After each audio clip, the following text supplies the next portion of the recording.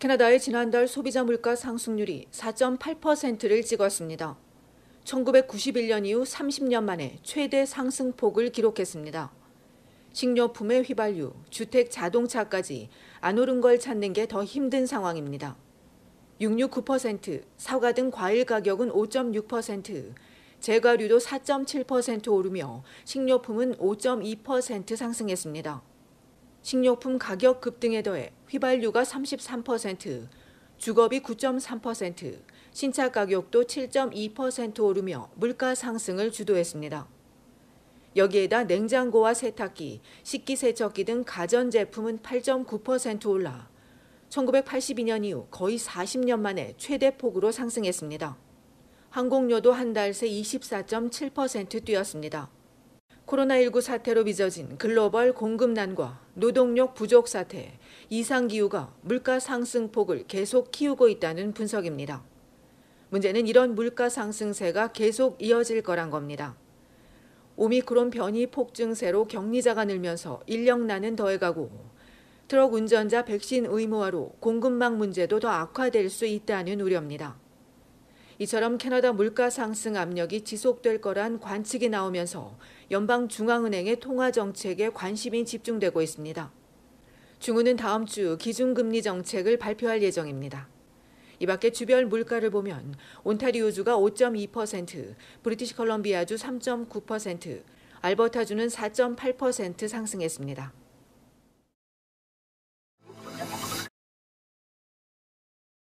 코로나19 오미크론 변이 유행이 이번 달 정점을 찍은 뒤 감소세로 전환할 것이라는 전망이 나왔습니다. 오늘 온타리오주 정부는 주민들의 희생과 인내 덕분에 희망의 빛이 보인다고 밝혔습니다.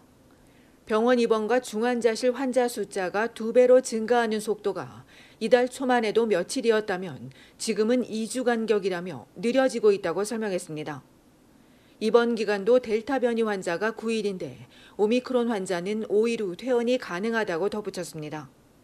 중환자 입원 기간 또한 앞서 20일에서 5일이나 6일로 줄어들고 있습니다. 덕분에 입원과 중환자실 환자 숫자도 감소하겠지만 2월에도 의료 체계 부담은 이어질 걸로 예상했습니다. 어제까지 온주 병원의 입원 환자는 4,132명으로 전날보다 51명 줄었고 위중증 환자는 9명 늘어난 589명입니다. 오늘 온주 정부는 방역 규제 완화에 대해선 발표하지 않았습니다. 한편 앞서 연방정부는 지역에 따라 정점 시기가 다를 수 있지만 오미크론 변이 유행 정점이 지나 엔데믹, 즉 풍토병으로 바뀔 수 있을 거라고 했습니다. 백신 접종자에게 증상이 가벼운 오미크론발 엔데믹이 현실화한다는 겁니다. 이처럼 코로나19 팬데믹에서 엔데믹으로 전환된다는 낙관론이 나오자 세계보건기구 WHO는 엔데믹은 코로나가 사라지는 것이 아니라 영원히 남는 의미라고 지적했습니다.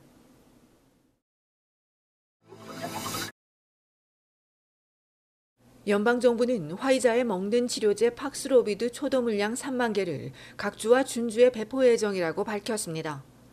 이어 3월까지 12만 개가 제공될 예정인데 월별로 어느 정도 들어올지는 아직 공개되지 않고 있습니다. 정부는 총 100만 개에 더해 50만 개를 추가 구매할 예정입니다. 지금까지 알려진 바에 따르면 초도 물량 중 만여 개가 온타리오주에 6,300여 개는 퀘벡주, 뉴브런스윅주엔 700여 개가 제공될 것으로 전해졌습니다. 이 알약 치료제는 조기 복용이 관건으로 반드시 양성 판정을 받아야 처방이 가능한데 현재 규제에선 확인받기도 어려운 실정입니다. 이에 정부는 PCR 검사가 기본이지만 일부에 한해 신속 진단 키트 검사도 허용할 수 있다고 전했습니다.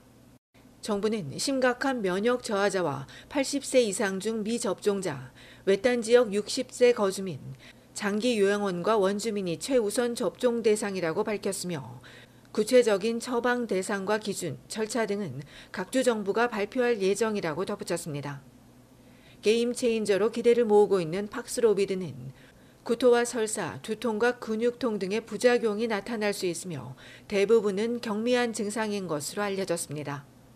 이외에도 함께 복용하면 안 되는 의약품이 많아 이런 약물을 복용 중인 환자에게는 처방이 어렵다는 제한도 있습니다. 그럼에도 정부는 확진자가 급증하며 대부분이 집에서 대기를 하게 되는 지금은 특히 이 알약 치료제가 입원과 사망을 줄여줄 수 있을 것으로 기대하고 있습니다.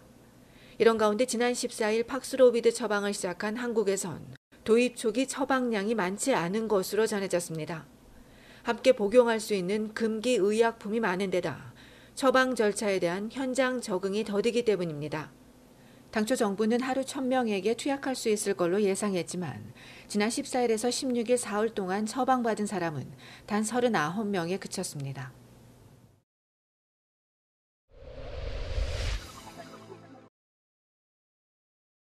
온타리오주의 한카 치매협회가 코로나19에도 다양한 활동을 이어가고 있습니다. 온주 정부로부터 치매 예방 프로그램 그랜트를 지원받은 협회는 지난해 12월부터 온라인 줌을 통해 수요일엔 색종이 힐링반을, 토요일엔 전문의를 초청해 치매에 대한 강의와 체조반을 운영하고 있으며 치매 상담 전화 활동도 진행 중입니다. 코로나 팬데믹 이후 소셜미디어 단체방을 통해 격리되거나 소외된 회원들과 꾸준히 소통하고 있는 협회는 지난해 가을에는 장구방과 운동, 미술과 음악 교실을 대면으로 진행했고 앞서 아버지의 날과 구정엔 다양한 선물을 전하기도 했습니다. 한편 지난 2015년부터 사용해온 피플스 교회가 보수공사를 진행하면서 물품을 이동한 협회는 지난해 11월 놀수옥에 새로 사무실을 마련했습니다.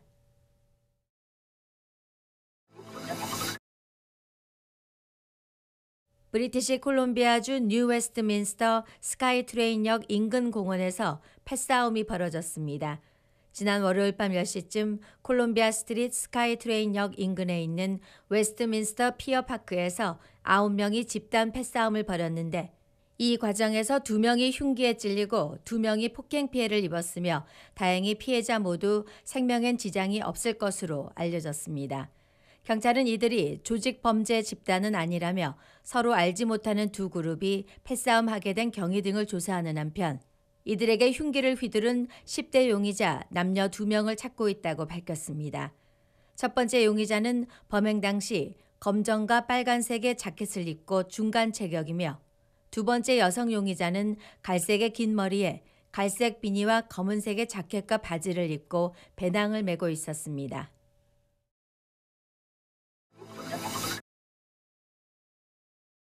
눈 폭풍으로 이틀 연기됐던 온타리오주 광역 토론토의 초중고 학생들에 대한 등교 수업이 오늘 재개됐습니다. 대다수 학교들이 문을 열었지만 제설 작업이 제대로 되지 않은 토론토 6개 고등학교는 오늘도 온라인 수업으로 전환됐는데 교육청이 뒤늦게 알려 불편을 초래한 것으로 알려졌습니다. 온주 학부모들은 앞서 당국이 안전한 등교 수업을 위해 방역에 최선을 다하겠다고 밝혔지만 교내 방역 상황에 대한 불안은 여전하다고 우려하고 있습니다. 이런 가운데 지난주 개학한 브리티시 콜롬비아주에선 교사와 교직원 부족으로 서리와 미션, 에보츠포드에 있는 학교들이 원격 수업으로 전환했고 BC주 교사협의회는 부스터샷 우선 접종과 N95 마스크 제공 등 교내 안전을 위한 대책을 정부에 촉구했습니다.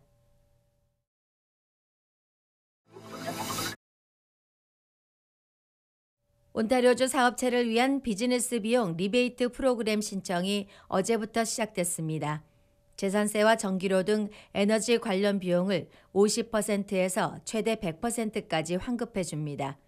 실내 인원이 제한된 식당과 상점, 미용실, 이외에 헬스장과 실내 행사장, 서비스 업체 등이 대상으로 지난해 12월 19일부터 소급 적용합니다. 해당되는 업체는 재산세와 에너지 비용 청구서를 리베이트 프로그램 신청 시 제출해야 합니다. 이외에도 2월에는 직원 100명 미만인 스몰 비즈니스에 $10,000를 지원해주며 일회성입니다.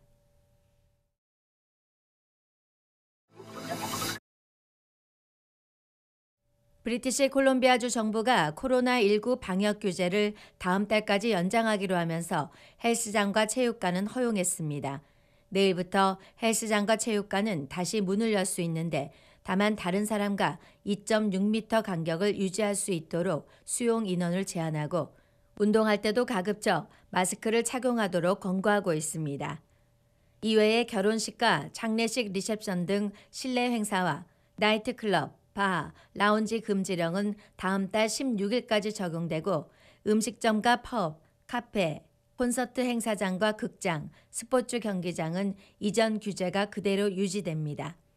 이처럼 BC주가 일부 규제를 완화한 데 반해 프린스 에드워드 아일랜드주는 코로나 팬데믹 이후 처음으로 강력한 방역 규제를 도입하기로 했습니다. 캐나다에서 유일하게 코로나 관련 희생자가 없었는데 최근 2명의 사망자가 나오고 신규 확진자도 줄지 않자 사적 모임과 결혼식, 장례식은 물론 음식점과 헬스장 등 다중 이용 시설을 2주간 제한하기로 했습니다.